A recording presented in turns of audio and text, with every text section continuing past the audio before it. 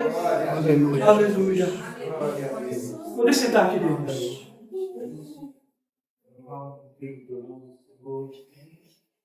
Apocalipse capítulo 3, verso 20. Apocalipse capítulo 3, verso 20. Estou à porta e bato.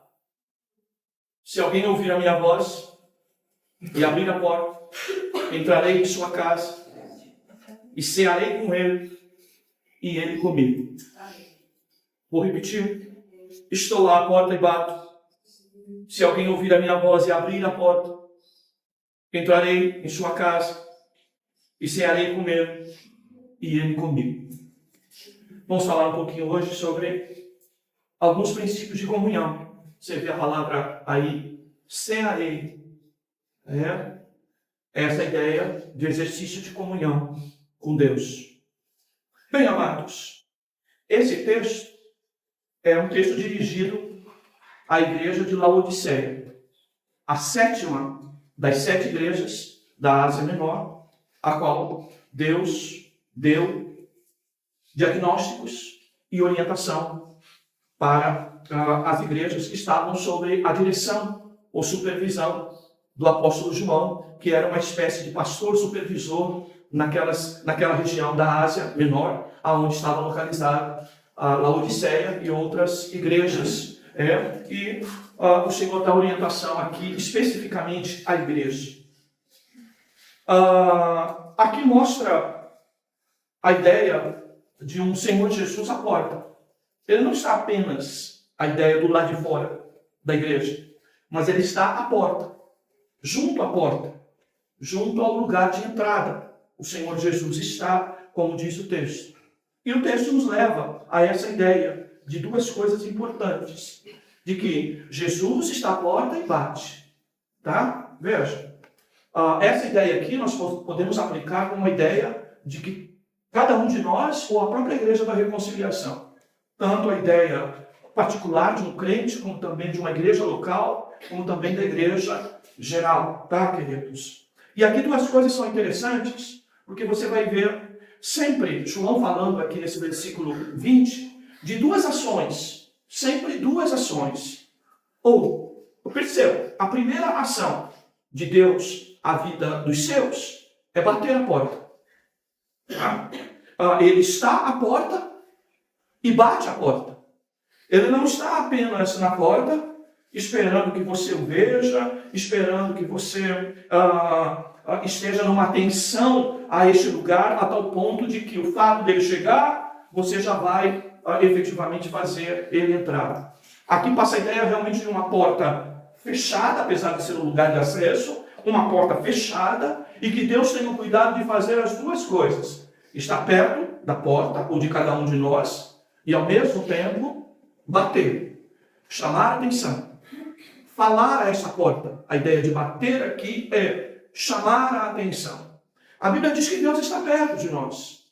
A Bíblia diz que Deus é Deus de perto e Deus de longe, seja pela imanência, seja pela transcendência, duas características de Deus que mostram o Deus de perto e o Deus de longe. Mas o que nós vemos aqui, mais do que Deus está perto, é que Deus insiste em bater a porta para que nós possamos ter reações em relação à sua presença. E essa reação em relação à sua presença é abrir essa porta. Por isso ele então bate a porta. Eu repito, Deus não está aqui numa posição totalmente paralisada, tá? Mas Deus está perto de cada um de nós, batendo, chamando a atenção, querendo trazer-nos à realidade de uma vida com Ele. Por outro lado, precisamos entender que por vezes Deus está perto, tá? E apesar de bater, nós muitas das vezes somos indiferentes a essa sua fala, a esse seu chamar, tá, queridos? Ainda o texto vai dizer também duas reações de quem está dentro da casa. Ele diz, se alguém ouvir a voz e abrir a porta, tá? Então, outra situação. Não basta você ouvir Deus batendo a porta, tá? Não basta apenas isso. Você, além de ouvir, você precisa de uma segunda posição. Qual é a segunda posição? Abrir a porta. Tá, queridos? E aqui nós temos tanto a soberania de Deus como a responsabilidade humana. A soberania de Deus se coloca à porta de quem Ele quer. E Ele bate na porta que Ele quiser bater. E segundo lugar, de que nós precisamos não apenas ouvir, mas em primeiro lugar, ouvir. E segundo lugar, abrir a porta. Muitos de nós, irmãos, não ouvimos. Deus está à porta, está batendo, mas nós estamos com os nossos ouvidos fechados. E segundo lugar, muitas das vezes, Deus está falando, Deus está batendo a porta, mas nós muitas das vezes não abrimos o nosso coração. Não abrimos a porta. Tá? Então veja, duas posições de Deus. Ele está à porta e bate na porta. E duas reações que devem existir em nós. Ouvir Deus falar e ao mesmo tempo abrir esta porta. Bem, queridos, para que então Deus possa entrar em casa e cear, não é? Com Ele e Ele comigo. Você vê que o texto repete sempre a ideia de dois, não é? Ele vai entrar e vai cear. Você vai cear com Ele e Ele vai cear com você. Isso é exercício de comunhão, tá? Deus bate a porta que Ele quer. Você abre a porta de acordo com essa batida dele. Deus entra, mas não quer apenas habitar na nossa vida. Ele quer ter comunhão conosco, tá? E quer que a gente tenha comunhão com Ele, tá? São coisas, irmãos, que são trocadilhos da palavra, mas que reforçam a ideia, tá, queridos, de que nem nós estamos passivos na relação com Deus e nem Deus está passivo, indiferente na relação de comunhão conosco, tá? Deus tem suas posições, suas decisões, suas ações, e nós também devemos corresponder a tudo isso. É óbvio que sempre é Deus na frente. Nós só vamos saber que tem alguém à porta se esse alguém estiver lá. Então, primeiro, não é que a porta fica aberta. Não, primeiro, a porta está fechada assim, para que nos acorde, que nos espere, para que a gente possa responder a esta voz, abrir essa porta, para então participarmos junto com Ele, cearmos junto com Ele. Tá? Então, aqui nós temos. Não basta estar à porta, precisa abrir a porta. Não é? Não basta estar dentro de casa, é preciso cear.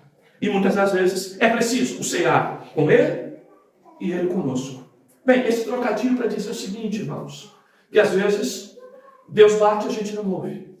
Às vezes Deus entra dentro da nossa casa, mas nós não temos um exercício de comunhão com Ele. Tá, queridos? E o desejo de Deus é de quando entra dentro da nossa casa, é fazer de nossa casa um lugar de comunhão. Você sabe o que é isso? Às vezes tem alguém que está dentro da tua casa, que mora com você, dentro debaixo do mesmo teto, mas você não tem comunhão com ela. A comunhão está quebrada. Tá, queridos? Alguns casos até tem pessoas que resistem e não querem sentar à mesa com o outro para comer, porque dentro da mesma casa estão brigados ou estão indiferentes. Tá? E Deus não quer que isso ocorra conosco. Por que estava ocorrendo isso? Por que Deus estava falando a uma igreja isso?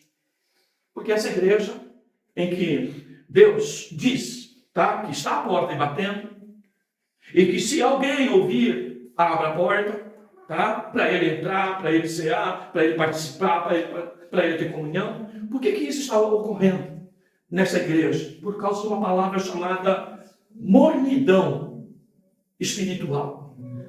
Sabe o que é a mornidão espiritual? E o que o texto vai condenar? O texto vai dizer, preferia que você fosse frio ou quente. Mas tu não é nem frio e nem quente. E qual é essa ideia? É a ideia do morno. É quando nós temos uma relação de alguém com alguém, tá? Mas nessa relação, nós somos mornos. Sabe o que é a mornidão aqui no texto? É o faz de conta. A mornidão aqui é uma ideia que nos leva a considerar a possibilidade de querer enganar na nossa vida espiritual. Nós ainda nem morremos, mas também não damos sinal de vida, espiritualmente falando.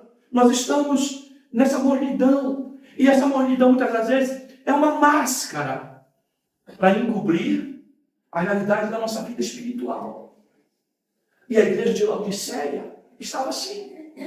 ela se mantinha no culto, ela se mantinha reunida na igreja, ela se mantinha dentro do próprio culto, mas na verdade, toda essa relação espiritual era morna. Era uma igreja que orava, mas apenas para mostrar performance, para apenas mostrar uma aparência, para dizer que ainda era cristã, mas na verdade ela não tinha ainda dentro dela características reais de alguém que morto, frio, precisasse e reconhecesse que precisava de Deus, ou quente e vivo, de que mostrava realmente que Deus estava na sua vida. E essa mornidão espiritual, sabe o que ela ocorre aqui, irmãos, no texto? O texto está dizendo que a mornidão espiritual veio por conta da autossuficiência da igreja. A igreja se achava autossuficiente, se achava rica, se achava próspera, se achava em condição abastada. Ela se considerava uma igreja, dos que tinha tudo. E ela dizia, sou rico, tenho prosperado, de nada me faz falta. Mas a Bíblia diz, não sabe, que és infeliz, miserável, pobre, cego e nu. Sabe o que quer dizer esse texto? De muitos cristãos, muitas das vezes, que se consideram autossuficientes. Eles acreditam que já conhecem o evangelho suficiente, já estão há muito tempo na igreja, que tem cargos, tem posição, é pastor, é obreiro. Queridos, e vão levando a sua vida espiritual por essa aparência. Entraram num campo do mecanicismo, da repetição, que vai levando a pessoa a um exercício de aprendizado, sem muitas das vezes ter a chama, ter a fonte de tudo isso. E a igreja de Laodiceia estava assim. Ela estava na mornidão, apresentava uma ideia de cristão, quando faltavam evidências claras da energia de Deus, do fogo do Espírito Santo. E em contrapartida, tudo isso era movido por um diagnóstico errado. Comigo está tudo muito bem, a minha vida espiritual está ótima, a minha vida espiritual não tem problema, eu congrego, eu oro, eu leio a palavra, eu estou presente na casa de Deus, eu faço isso ou aquilo outro. E tudo isso começou a parecer que, no meio de tudo isso, que eles estavam bem espiritualmente, mas tudo isso era uma avaliação falsa, errada, a respeito deles mesmos. Sabe, irmãos, um dos maiores problemas de um crente de uma igreja é quando erra no diagnóstico. Quando não tem um diagnóstico preciso a respeito de si próprio. Quando acredita que a mornidão que vive, na verdade, é uma realidade que não lhe preocupa. Porque apesar dele estar ativo, apesar dele ter algum tipo de atividade na igreja, de participação na igreja, ele não consegue avaliar que isso se tornou apenas uma robotização, uma mecanização, apenas cumprir com algo repetidamente, mas sem a presença exata da sua condição. Uma das marcas registradas no culto de ceia é que nós devemos aprender a fazer um exame. Mas olha o exame que Laodiceia fazia a respeito de si mesmo. Observe, o verso 17. Um desgraçado, infeliz, miserável, pobre, cego e nu. Olha só a realidade. Quantos de nós, queridos, estamos vivendo uma vida espiritual, fazendo um diagnóstico de que está tudo bem espiritualmente? E nós sabemos até que certos reflexos de prejuízo que temos na vida emocional, na vida corporal, na vida física, na vida de trabalho e na vida cotidiana são reflexos da nossa vida espiritual. Muitos acham que porque estão prosperando no mundo natural, que isso é evidência de Deus na vida deles. Mas nós podemos, irmãos, ser ricos na vida cotidiana e sermos pobres de Deus. Totalmente pobres de Deus. Essa realidade existe. Eu posso eventualmente até passar a imagem de um bonzinho para as pessoas, de que está tudo certo na minha vida, que eu sou uma pessoa de exemplo. Mas, muitas das vezes, nossa vida com Deus está exatamente dentro dessa realidade. Dessa realidade que ele diz, miserável, pobre, cego e nu. Tá, queridos? E aqui, o texto diz que é um conselho de Deus para você, que está assim, se sentindo autossuficiente, morno espiritualmente, já que tudo você tem, você não precisa de nada, tá? E de que você, muitas das vezes, não está nem preocupado de que Deus esteja batendo a tua porta. Afinal, você é autossuficiente. Você tem tudo. Em outras palavras, eu não preciso de Deus. Mas mesmo assim, Deus está batendo na tua porta. Abre a porta. Eu quero fazer você experimentar do que é ter comunhão comigo. Do que é entender e viver a verdadeira riqueza. De ter e viver, tá, queridos, uma capacidade de diagnóstico correto a respeito de si mesmo. O texto vai dizer, olha, compra colírio. E compra de mim. Não é o teu colírio. É o colírio que só Deus pode dar. Tá? Compre primeiro ouro de mim, para te enriquecer espiritualmente. Roupa branca para cobrir a tua nudez. E colírio para que você aplique sobre teus olhos e você possa enxergar a tua realidade espiritual. Sem colírio de Deus, nós vamos viver autossuficiente. Nós vamos viver morno espiritualmente falando. Ou seja, indiferente, está tudo bem comigo. Quando muitas das vezes, Deus está à porta, batendo. E você não se dá conta disso. Bem, a Bíblia inclusive diz que Deus repreende, chama atenção, castiga tantos quanto Ele ama. E Ele diz que há dois caminhos para isso. Dois frutos que eu preciso mostrar espiritualmente para sair desse abatimento espiritual, dessa mornidão espiritual, para sair dessa ideia de autossuficiência. Eu preciso de dois frutos em que Deus precisa operar na minha vida. E qual é? Primeiro, zelo.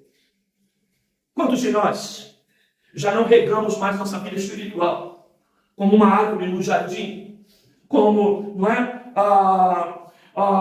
uma roseira, como algo que está plantado e precisa de cuidado? Nós já não fazemos mais. A vida espiritual, irmão, precisa de cuidado. Tá, queridos? Precisa de cuidados. E esse cuidado nós buscamos aonde? Aos pés do Senhor. Segundo, além de zelo, que você tem se perdido nisso, que muitas das vezes o cuidado com a vida espiritual é o último. Afinal, não te falta nada. Ou até ontem, não te faltava nada. Para que dedicação e cuidado espiritual se está tudo muito bem? Mas o teu diagnóstico é errado. Tá, queridos? Segundo, ele diz lá, arrepende-te. Olha o fruto do arrependimento para alguém que já está em Cristo, mas está nessa condição. Tá, queridos? É preciso arrependimento. O que é arrependimento? Reconhecimento do seu estado e de que você tem criado um pecado sério na tua vida. Qual é o pecado? Da indiferença, da autossuficiência. Você acredita que não precisa de Deus, que não precisa de mais nada, que está tudo muito bem. Por quê? Você é bonzinho. Você é bom filho, é bom marido, é boa esposa, é boa filha. E por conta dessa situação, eu congrego, estou na igreja. Mas você não percebe que uma vida espiritual está assim, na mornidão, numa vida de aparência. Um crente apenas nominal. Um crente em que, apesar da insistência de Deus te chamando à comunhão, você está aí sem cuidado com a tua vida espiritual. E, por vezes, falta uma característica principal do crente, que é o fruto do arrependimento, que deve ser um fruto que deve acompanhar a nossa vida inteira, irmãos. Sabe por quê, queridos? Deus nos corrige, Deus nos coloca em pé, e de repente a gente vai ver, está caído. Estamos fazendo as mesmas coisas. Nós temos em muito essa inclinação para a carne, essa inclinação que leva à inimizade com Deus, à morte de Deus. Tá, queridos? Mas olha só, o convite insistente de Deus. Você já brigou com alguém dentro de casa, como eu disse? E que a pessoa insiste. Já contei para os irmãos um caso recente de uma moça que chegou para nós, estou 3 anos sem falar com a minha mãe. Eu falo, meu Deus, como que pode? Eu lembro da minha mãe, que dava uma surra na gente, com o lado da fivela, como eu costumo dizer. Ela não segurava na parte da fivela para dar, não é? No corpo, pelo couro, não. Ela usava a fivela, segurava no couro para dar com a fivelada. E se isso ocorria de manhã, irmãos, à noite, na hora de dormir, ela fazia questão de ir lá dar um cheiro. E por mais que a gente estivesse contrariado com a disciplina que recebemos, ela tinha desejo de mostrar algum carinho lá, explicar as razões por que fez aquilo e nos levar de alguma forma a um quebrantamento e um ajuste. Quanto tempo mais você vai permanecer assim, com Deus dentro da tua casa e sem você ter prazer de sentar à mesa com Ele, de cear com Ele e Ele com você? Essa possibilidade existe. A pessoa não é nossa casa, mas nós somos indiferentes. Nós não precisamos de nada dela. Não é o que os filhos dizem nos últimos dias? Eu tenho meu salário, eu pago minhas contas. Queridos. E muitas das vezes nós vamos mantendo a nossa vida com Deus assim. Então veja, queridos. Se tu quiser, estou aqui. Não, Deus não faz isso. Deus está à porta e está batendo. E o que Ele quer? Primeiro que você ouça. E mesmo depois de ouvir, que você abra a porta. E abrir a porta aqui seja abrir a possibilidade de mudança. Porque não adianta você estar aqui, Deus falou, hein, pastor? Olha, falou comigo. Mas tu não abriu a porta. Tu continua na mesma situação. Tu continua na mesma realidade espiritual. Como Deus falou, pastor, obrigado pela palavra. Mas tu continua do mesmo jeito. E a voz de Deus abre. Porque se você abrir, eu vou entrar. E eu não vou apenas entrar. Eu vou querer também cear. Tá, queridos? Eu vou também querer sentar à mesa. Quantos de nós às vezes temos Deus dentro de casa, mas não temos mais o prazer de sentar nessa mesa? E quando fazemos nessa indiferença, nessa mornidão. Eu tenho tudo, não preciso de nada. Queridos, você precisa de um diagnóstico claro de Deus. Você precisa de investimento de Deus na tua vida espiritual. E aí, Ele fala exatamente isso. Eu cearei com Ele e Ele comigo. Sabe o que significa isso? Na mesa espiritual, irmãos, tem 2 coisas. Você sabe que na própria mesa da ceia lá, em que Jesus fazia com os seus discípulos, quando Ele diz, alguém que põe a mão junto ao meu prato, que é o que vai me trair, é que era mais ou menos assim, se colocava um prato e o pão, ele ficava no meio entre 2 pessoas. E essas 2 pessoas utilizavam do mesmo prato para pegar do mesmo pão para comer. Tá? E é isso que Deus quer com a gente. Deus não quer você sentado de um lado da mesa e o outro do outro lado da mesa. Ele quer você participando das mesmas coisas. E sabe o que significa isso? Eu ouço a palavra, é o pão que Deus me dá. Eu oro a palavra, eu peço a Deus que faça segundo a sua palavra na minha vida. Tá? Isso cear com Ele e Ele cear comigo. Ele me dá a palavra e eu respondo como? Orando a palavra. Porque entendi a palavra. E qual é essa palavra? Senhor, eu sou realmente um miserável. Senhor, eu sou realmente um pecador.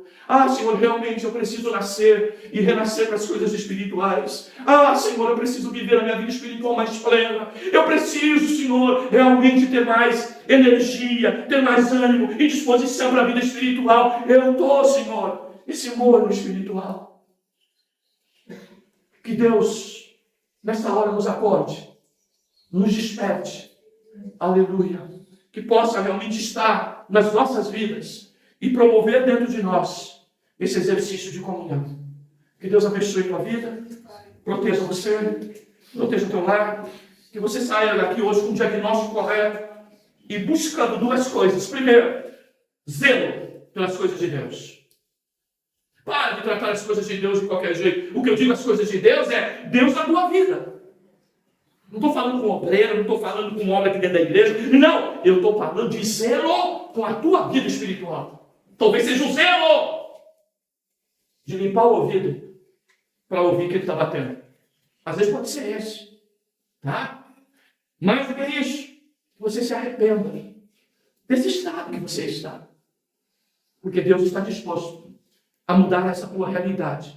Te oferecendo colírio, te oferecendo riqueza do céu, te oferecendo a roupa branca, nova, para você viver uma vida pura diante dele. Que Deus te proteja e guarde a tua vida.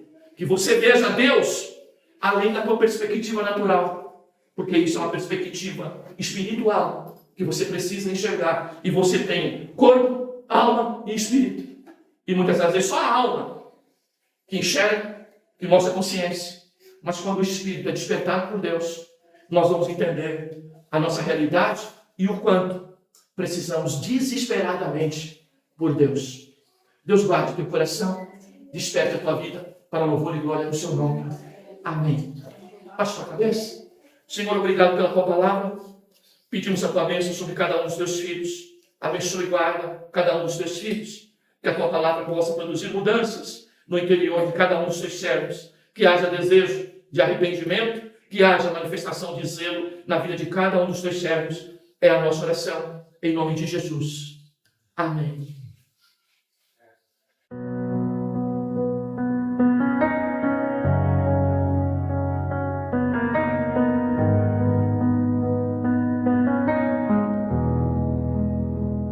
Tua presença, Senhor, nosso Salvador,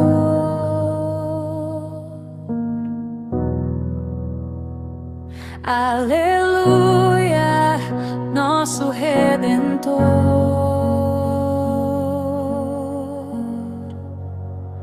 a esperança, o Autor, nosso Criador,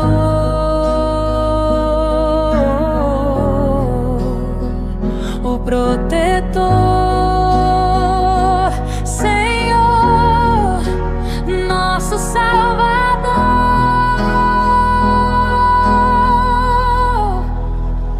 Tu és único, Tu és único.